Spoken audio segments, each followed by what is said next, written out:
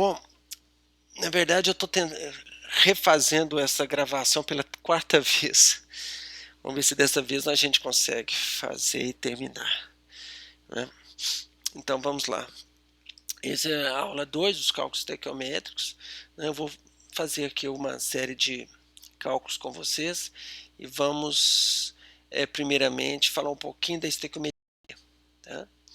Então a estequiometria, como nós estamos mostrando aqui, é um aspecto muito importante que tem que salientar. Não existe estequiometria sem que a gente tenha primeiramente a equação química. Então é isso sempre que vocês vão ter que olhar, equação química. Depois entender que sempre teremos que converter tudo em moles, porque senão vocês não farão isso. Mas alguns de vocês podem falar assim, mas professor, lá no ensino médio eu fazia diferente, eu já fazia massa com massa, já dava massa, eu pegava massa molecular, botava assim, botava assado, levava em conta os coeficientes estequiométricos. Tá, vocês podem até fazer, vai dar o mesmo resultado. Por quê? Porque nas equações de vocês, implicitamente, vocês estão mexendo com moles. Qual que é o problema disso? Que vocês decoraram a forma de fazer. Se eu botar uma equação um pouco mais complicada, onde que tem os coeficientes um pouco mais, que não seja aquele 1 para 1, 2 para 1, vocês vão se complicar. Então fiquem atentos a isso, para depois não chorar, né? O importante, gente, é que o conceito entra no sangue de vocês. Daqui 50 anos, quando vocês estiverem velhinhos, eu já não estarei aqui, vocês vão pegar esse exercício e vão ser capazes de resolver. Por quê? Porque entrou no sangue. Tá certo? Vocês não podem deixar de pensar desta forma. Tá? Agora, a forma de fazer, sim, se vocês vão ter que trabalhar com isso todos os dias, naturalmente vocês vão aprender a fazer de forma que seja mais rápido, né? Tá bom? Então vamos lá. Então, na estequiometria, não importa qual que é a unidade que é dada para vocês lá dentro do laboratório, tal, vocês sempre vão ter que fazer isso, converter e depois fazer o cálculo estequiométrico e depois voltar para a unidade que vocês queiram. Tá certo? Um aspecto importante que nós vamos chamar a atenção são as propriedades intensivas do sistema. O melhor exemplo que nós temos é de quem? Do vinho. Então, se vocês querem saber quanto de álcool que tem no vinho, tem duas maneiras de fazer. Uma é usando uma propriedade extensiva, ou seja, eu pego o vinho todo, vocês não vão beber vinho, vocês vão pegar o vinho todo, vão destilar e achar a quantidade de álcool que tem ali. A outra forma de fazer é o seguinte, você pegar uma alíquota daquele vinho e determinar a concentração em massa, a percentagem em massa ou a percentagem de álcool que tem ali dentro daquela alíquota. A percentagem é uma propriedade intensiva do sistema. Por quê? Porque ela independe do tamanho. A percentagem de álcool no vinho, 12%, não importa se é em 1 ml ou se é em 1 litro ou se é em 10 mil litros. É 12%. Então, se você tiver 1 litro de vinho, você sabe que vocês têm ali dentro 120 ml de álcool puro. Tá certo? Então, daí a importância das propriedades intensivas do sistema. Geralmente é com isso que nós vamos estar trabalhando. Tudo que está aí nos supermercados, nos rótulos, são sempre em unidades intensivas. O segundo conceito que nós vamos muito trabalhar é com a molaridade, que é a quantidade de matéria. Concentração em quantidade de matéria. Número de moles por volume de solução. Isso é importante, solução. Então, se eu tenho, por exemplo, 0,1 mol de uma substância qualquer, eu quero fazer 0,1 mol por litro, o que eu tenho que fazer? Eu tenho que pegar essa substância, dissolver primeiro no Beck, é assim que a gente faz no laboratório. Depois que tiver dissolvido, você vai transportar. Não foi isso que nós aprendemos? Balão volumétrico de 1 litro. Né? Nós vamos transportar ele para cá de forma estequiométrica, é assim que a gente fala. E aqui dentro, então, ele vai ficar lá. E depois que você adiciona isso aqui, aí sim você vai completar com água até o risco de 1 litro. Então, é o volume da solução. Por que isso é importante? Porque nós sabemos que, por exemplo, somar 10 ml de álcool mais 10 ml de água não dá 20 ml, dá 18. 18, alguma coisa. Por que isso? É a mesma coisa você pegar brita, de construção civil, brita, uma lata de brita e uma lata de areia. Dá quanto no final? 2 latas? Não. dá menos de 1,5 lata. Por quê? Porque a areia fininha, ela entra naquelas partes vazias, né, da brita, né, porque a brita não consegue, né, tem muito espaço vazio ali dentro. É a mesma coisa que acontece ao nível molecular, tá bom? Dado isso, então, vamos então para o próximo slide, que seria um pequeno exercício de diluição. Se eu tenho uma solução que tem 85 ml e 1 mol por litro, eu quero adicionar água de tal forma que no final eu quero ter um volume de 0,65 ml, mol por litro. Como é que isso vai acontecer? Ora, eu preciso saber a quantidade. De onde que vai vir o NaOH que vai ficar aqui? Ó, de H3PO4 que vai vir aqui. De onde que vai vir? Vai vir todo dessa solução, que é desses 85 ml. Então eu preciso saber quanto de H3PO4 que tem aqui dentro. Como é que eu vou saber isso? Ora, simples, não é mol por litro, eu tenho que multiplicar aqui quantos litros tem. Então 1 vezes 85, eu tenho exatamente 85 milimol. Por quê? Porque o 85 aqui é ml e a concentração do 1 aqui é mol por litro. Então, litro corta com litro. O M aqui é de 10 a menos 3. Então, é 85 vezes 10 a menos 3. Ok? Ora, o que eu quero agora? Isso aqui é o que eu tenho aqui dentro. Agora, eu preciso saber quanto de água eu vou adicionar. Quanto de água que eu preciso de ter para que me dê essa concentração. Então, essa concentração de 0,65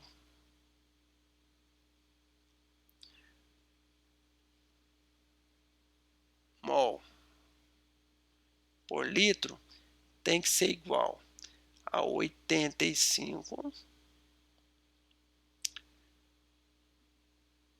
milimol dividido pelo volume, que eu não sei. Quando eu fizer esse cálculo, observa que eu vou cortar aqui, ó, mol com mol, vai ficar 10 a menos 3. Quando eu passar o L para cá, eu vou ter volume em ml. Então, no final, quando eu fizer o cálculo, eu vou ter 85 dividido por 0,65, que dá 130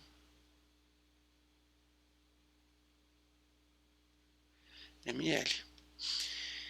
E agora? Agora, nós temos o seguinte. Esse é o volume de água que eu tenho aqui. Mas eu já tinha 85.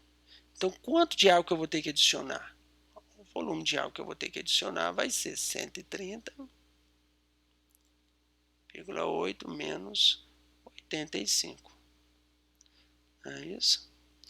E isso vai me dar o valor final, né, que vai ser 45,8 ml. Então é isso que nós vamos ter que adicionar no final. Tá certo? Então nunca deixem de fazer os cálculos, né, e de montar. Agora nós vamos fazer um semelhante àquele, só que dessa vez agora o que nós vamos fazer? Nós vamos adicionar de um lado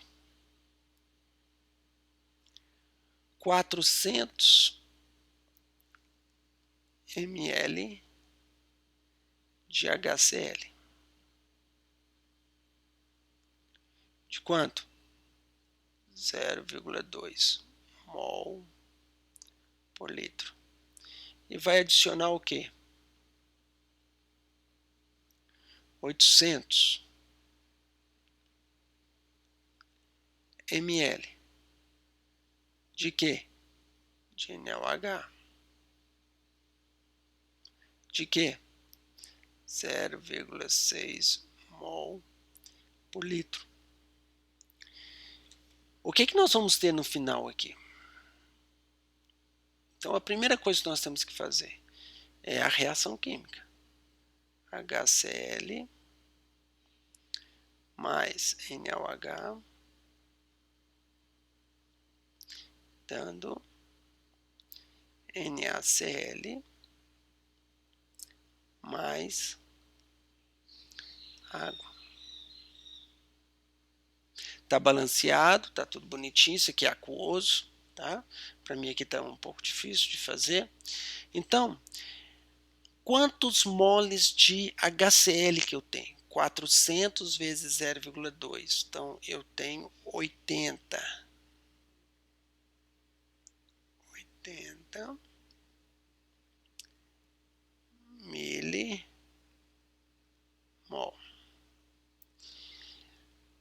E de NaOH?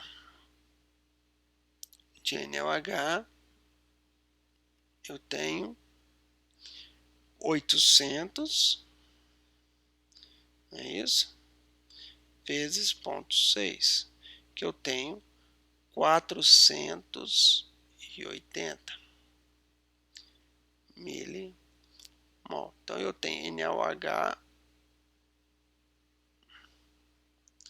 HCl. Ora, agora, como nós temos a nossa equação química, nós podemos fazer estequiometria. É 1 de HCl, 1 de NaOH.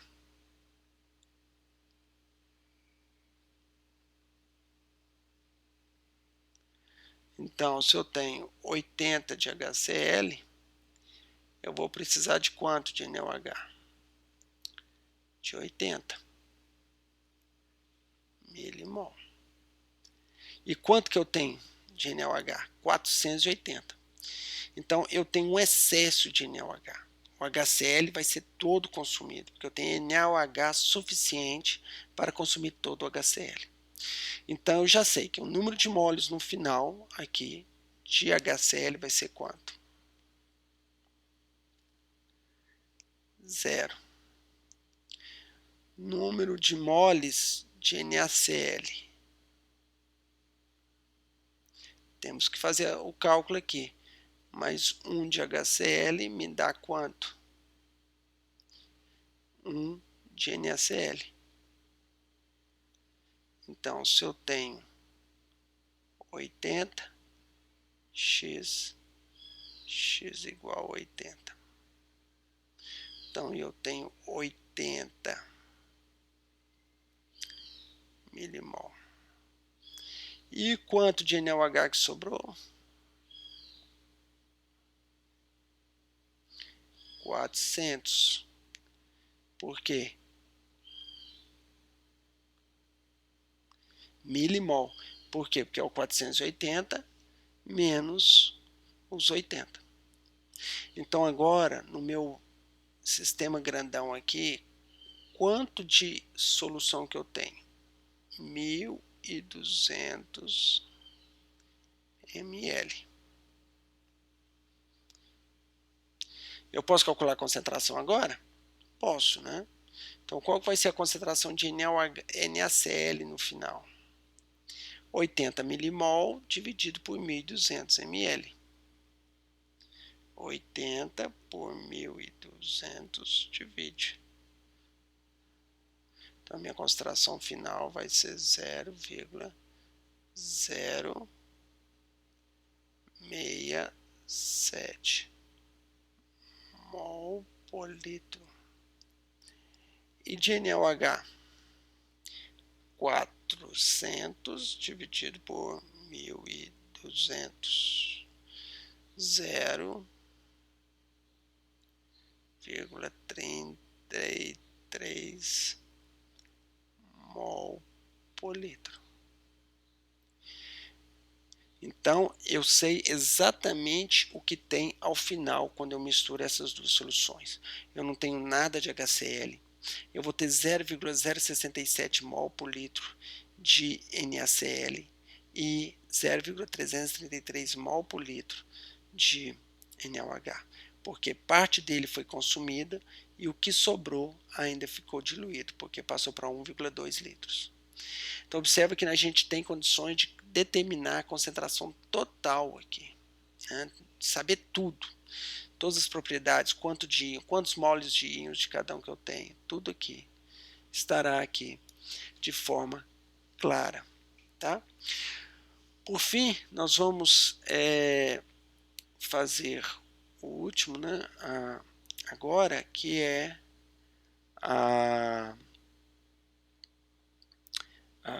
mais um exercício, que é esse.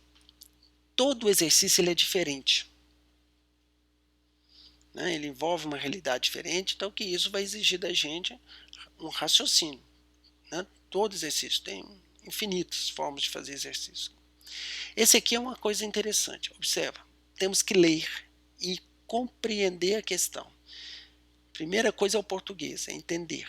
Depois de entendido o que a pessoa quer, então aí vocês vão definir uma estratégia. Então vamos lá. Adicionou-se, olha lá, 20 ml de uma certa solução de nitrato de prata GNO3.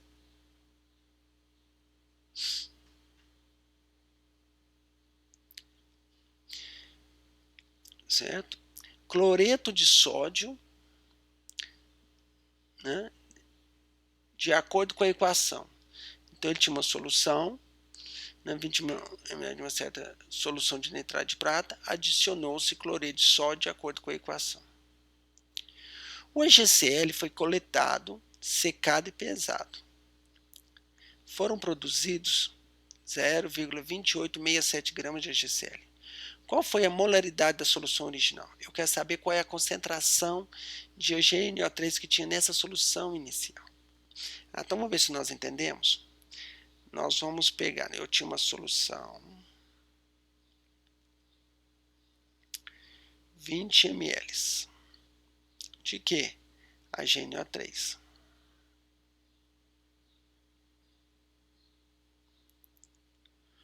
Qual a concentração? É a pergunta. Bom, ele quer saber a concentração dessa solução. Para isso, o que ele vai fazer? Ele pegou esse Berk aqui e adicionou NaCl. Por quê? Por causa dessa equação aqui. A GNO3 é solúvel, mas o AgCl precipita. Então, quando ele adicionou NaCl, ele falou a quantidade? Não. Então, supõe-se que ele adicionou cloreto de sódio suficiente. Quem está em excesso? Cloreto de sódio. Ele foi adicionando, adicionando, adicionando. Precipitou, precipitou, adicionou mais, até parar. O AgCl, depois de precipitado, está lá, adicionou o NaCl, então formou um precipitado. O que ele fez? Jogou num filtro. O sólido ficou aqui, se levou para um forno para secar e depois pesou na balança. E ele determinou, deu 0,2867 gramas de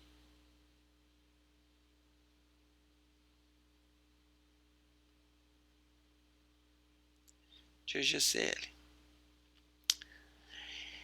Então, a primeira coisa que nós temos que entender é o seguinte, de onde que vem esse 0,287 gramas aqui de AgCl? Ele vem todo de onde? Daqui de dentro dessa solução. Então, o que eu sei agora? Qual é o raciocínio? Ora, eu preciso saber quantos moles de AgCl tem aqui. Por quê? Porque pela equação estequiométrica, qual que é a equação estequiométrica? Está balanceada aqui, ó. 1 mol de AgCl me dá quantos moles de GNO3? 1 para 1.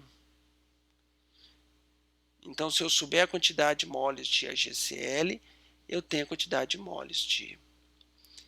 E para isso, o que eu preciso? Eu preciso da massa molecular do AgCl. Olhando ali para cima, ou pegando a tabela periódica, nós vamos ter 107,9, certo? 107,9 mais 35,5, que dá 143,5 gramas por mol. Agora, quantos moles então de AgCl que eu tenho? É só dividir 0,2867 gramas por 143,5 gramas por mol, então passa aqui, mol. E isso vai me dar quanto?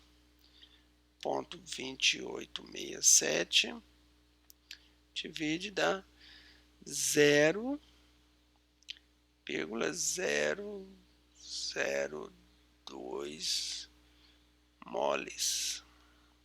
Então é preciso de lembrar agora o quê?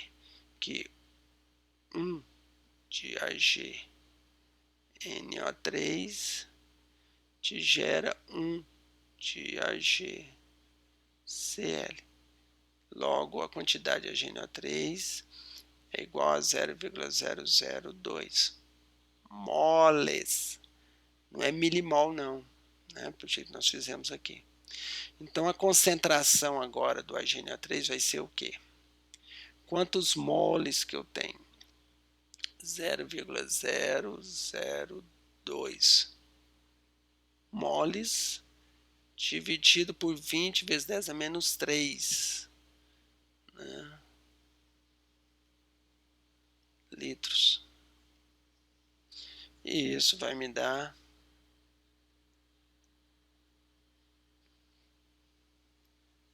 0,1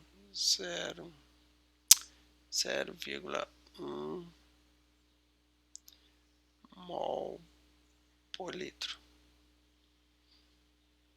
Ok? Então é isso que eu gostaria de passar para vocês neste momento. E vou passar para vocês um estudo dirigido para nós tirarmos as dúvidas e depois eu vou dar um trabalho para vocês. Tá certo? Então é isso. Então, até mais. Tchau.